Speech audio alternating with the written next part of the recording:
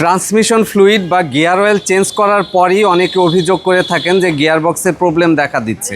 এগুলোর কিছু নির্ধারিত কারণ রয়েছে, যেমন অনেক সময় নকল ট্রান্সমিশন ফ্লুইড ব্যবহার করা হয়। বাজারে কম দামি অনেক রকমের ট্রান্সমিশন ফ্লুইড পাওয়া যায়, যেগুলির কোয়ালিটি ভালো নয়, সেগুলো ব্যবহার করলে এই ধরনের প্রবলেম হতে পারে।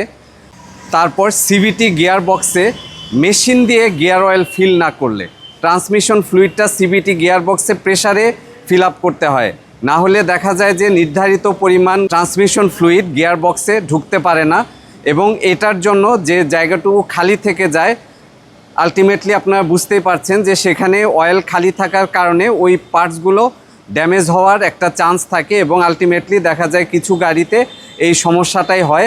গিয়ার অয়েল চেঞ্জ করার পরে গাড়ির গিয়ার বক্স কিছুদিনের মধ্যে ড্যামেজ হয়ে যায়।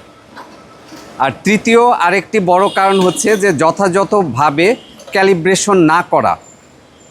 সিভিটি গিয়ার অয়েল চেঞ্জ করার পর ক্যালিব্রেশন করে নিতে হয়। এই তিনটি হচ্ছে মূল কারণ।